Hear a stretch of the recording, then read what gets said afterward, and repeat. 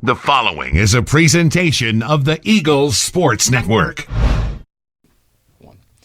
This is the Eagles Sports Network. I'm the voice of the Eagles, Adam Cavalier, alongside Carson-Newman offensive line coach Jay Guillermo. Jay, we wrap up our position previews with the men up front and a group that historically has been the bailiwick of Carson-Newman football. 9 All-Americans in the last 11 years.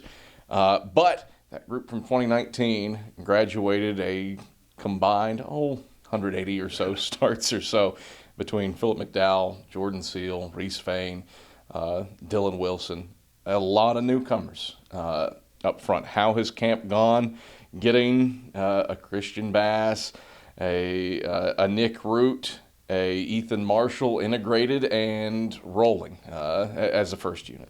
Yeah, I think it's gone really well. You know, those guys have really stepped up to the challenge of what we're putting on them mentally and physically. Really wanted to kind of move guys around and see, have them experience a guard or tackle, just with everything with COVID that has been going on. You really never know who's going to be available, right? And so really stressing those guys mentally and saying, hey, you're not just a tackle, you're an offensive lineman. You're not just a guard, you're an offensive lineman. And I think they really met that challenge head on and done a very good job of taking it and, going out every day, playing physical, doing what they can. And, I'm really excited about this group. You look at him, Christian Bass converts from tight end, sheds the 80 number, goes into the 50s. What's he done to make the move from a pass catcher to a ball mover? Yeah, he has taken the challenge and really run with it. He is gaining weight. He as a tight end was a willing blocker, and you really see that because he does such a great job with his hands coming out pad level. And, there's no substitute for being a little scrappy. And, he's a little scrappy. He'll get after you. And that's what, makes him so great and is going to do such a good job for us because, he's not going to back down from a challenge. He's not going to back down from a fight. A guy that certainly looks the part of a Carson-Newman offensive lineman, Cody Sullivan. Oh, yeah. Young, but very much in the mold of a Philip McDowell in terms of his size and his ability to push people around. Again, a couple years in the program, you kind of put an asterisk next to that first year because of just the nature of the beast. But what's he done as for all intents and purposes, a freshman to establish himself early? Well, the first thing I can say is he knows how to work.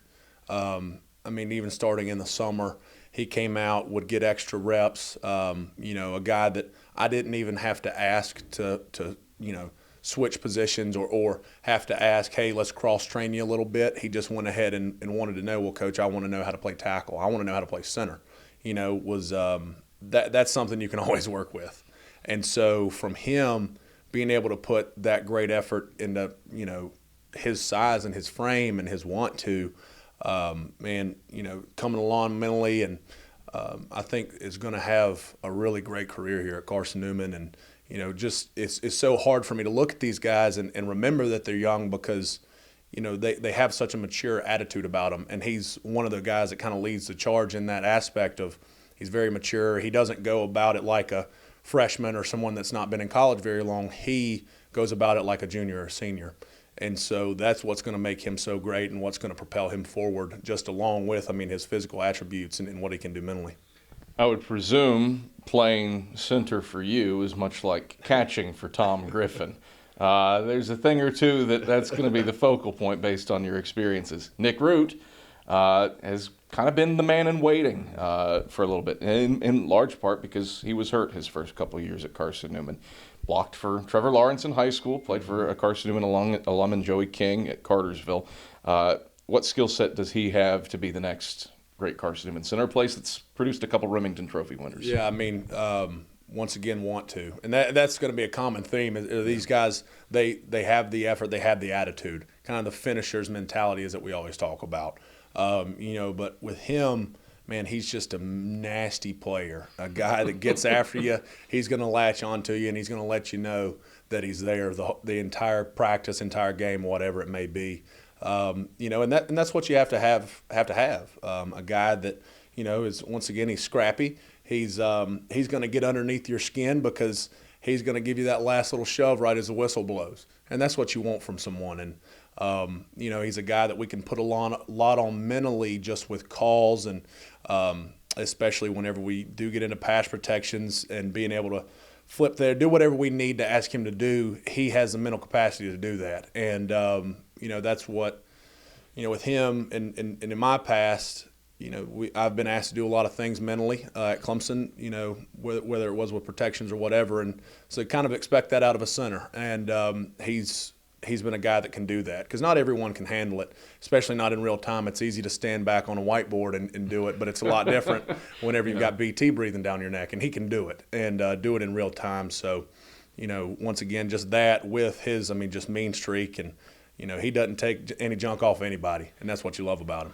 Kind of nice to see some players develop as well that have been in the program for a couple of years. Ethan Marshall, Jesse West, guys that have been backups for the last few years, have started to integrate themselves into the rotation and among the starters. What have you seen from those two to the steps that they've taken to be guys after being reserves for the last couple of years? Yeah, I think with Ethan, it starts out with him being a leader. That was one thing that I noticed was he's gonna be a little more vocal, and that's what I had heard coming here that he needed to do, and he's done that, and really pushed the entire group. But to be leaders, and we're a player-led team, and he's really taken that and run with it, and just watching the UVA Wise game and him playing, you can tell that there's a lot of potential there, and a guy he's going to do the right things. He's going to be where you ask him to be. He's mentally very sharp. Once again, another guy that you can ask to cross-train and he won't skip a beat. And then it's just technically with him just focusing on going through the fundamentals and staying on the fundamentals. And if he can do that and we can continue to do that, he's going to be special. And, a guy like Jesse, he's a special player. A guy that is bought into what we do here at Carson-Newman, a guy that is about the right things, a guy that is going to be everywhere. He's going to hold people accountable, and he's kind of really turned into that leader, that vocal guy, that says he's what you're supposed to do, and he shows you what you're supposed to do, And with him, once again, man, just ever since I've gotten here, taking leaps and bounds and takes coaching extremely well. It's one of those things where you look at it in film, the next day he's working on it. And he understands from being a veteran guy that, every time you go out there, it's another opportunity to get better, and it's another opportunity to work new techniques and see what works for you and what doesn't. And that's what helps him out is that, man, he's been there, he's done that. He's an older guy, one of the older guys only older guys that we have. And he knows how to approach practice, and he knows how to practice. A couple guys that are fresh on the scene. That have worked their way in, a Tyrell Ragland, a Kylie Lynch, Gardner Webb transfer, Cliff Cole. Mm-hmm. How do they add depth? How do they add some presence there for you on the front five? Yeah, well, with Ty, he was the first offensive lineman I met whenever I got here. Great guy to have in your room. Just a beaming light every day to come in there, man, works his tail off, and he's going to be a very special player. Big dude that can move pretty well. Once again with him, it's getting our technique down and everything. Assignment-wise, he plays pretty assignment-sound football, which helps. And, man, he's going to get, I think a good bit of playing time. And, a guy like Cliff Cole, Cliff comes over. He's got experience, at a Division I level, and it shows. And, he's been a guy that we played at center, we played at guard. He's going to do whatever you ask, and he's also another guy that deserves to play because I'm a big proponent and big believer in you play as much as you deserve to, whether it's 50% of the time, whether it's 75% of the time, whether it's 100% of the time, or whether it's 0% of the time. You're going to play as much as you deserve to, and those are all guys that are making our room better because they're fighting for starting jobs. And so if the starter doesn't elevate, well, then he's going to get taken over. Yeah. And so that's where, we've called ourselves the Iron Men this year because iron sharpens iron, right?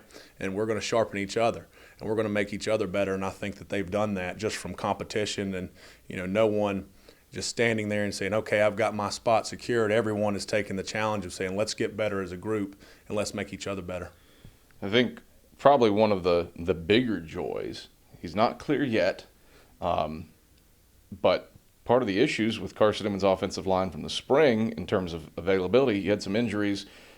I shouldn't call it an injury, but stuff that you wouldn't expect. Colt Sinor goes down to a cancer diagnosis, completes his treatment over the summer. Glorious to see him back on the field. He's not clear yet, but helping out. What kind of a mood booster is it having that guy back? Having that guy in the room elevates your room.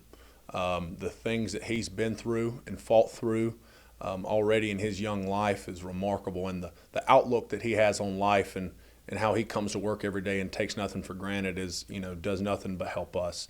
But also, man, I brag on him. I bragged on him our first day in there. I get a text message from Colt.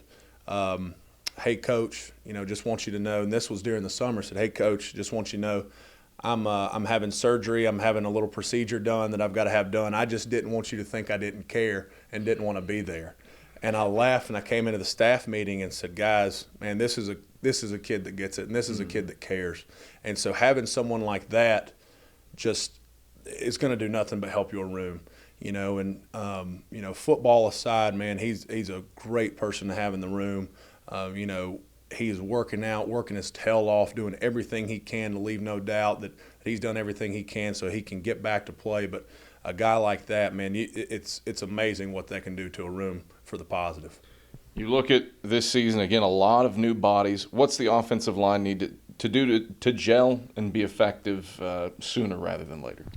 Well, and I think we're already doing it, but really, having the camaraderie. We're leaders. We stick together. Offensive line is so unique, as in there's 5 guys that, have to work in unison, or else everything crumbles. Mm-hmm. And those guys have done that. Hanging out, having a good time during the summer and here in summer camp, and really gelling together. But I think for these guys, man, it's just continuing to bring the young guys along, knowing that they're going to have to play, and just putting your arm around somebody. I always tell them, everybody, encourage everyone, let me be the bad guy. Let me be the guy that's going to fuss at someone.